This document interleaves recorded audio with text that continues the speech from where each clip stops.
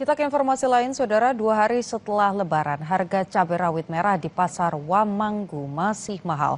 Meski telah turun dari Rp200.000 jadi Rp170.000 per kilogram, sementara harga tomat turun drastis dari Rp30.000 menjadi Rp15.000 karena hasil panen petani melimpah.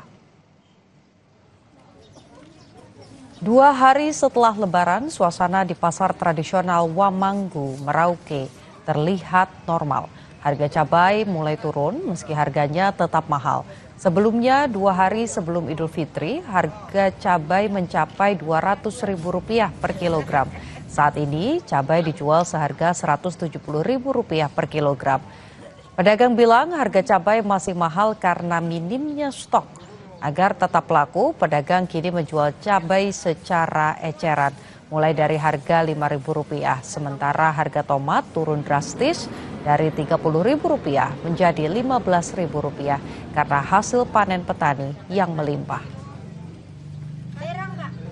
Terongnya 20, kalau ambil 2, 35.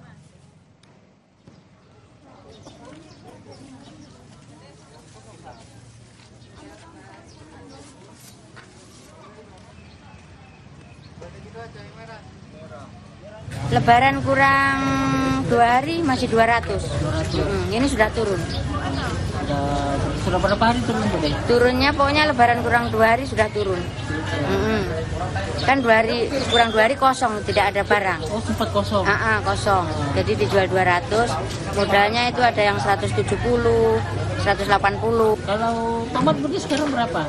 15.000, modalnya 10.000. Ini harga turun kah? Turun. Turun jauh. Turun jauh. Itu sebelumnya berapa, Bude? Situ sampai 30, 25. Itu turun kenapa, Bude? Karena panen banyak. Panen banyak. Nggak ada yang keluar. Informasi tadi sekaligus menutup perjumpaan kita di Kompas Siang, Saudara. Terima kasih sudah menonton. Akhir kata, saya Lintang Budiastuti. Dan saya Deputu Trisnanda, Saudara. Sampai jumpa.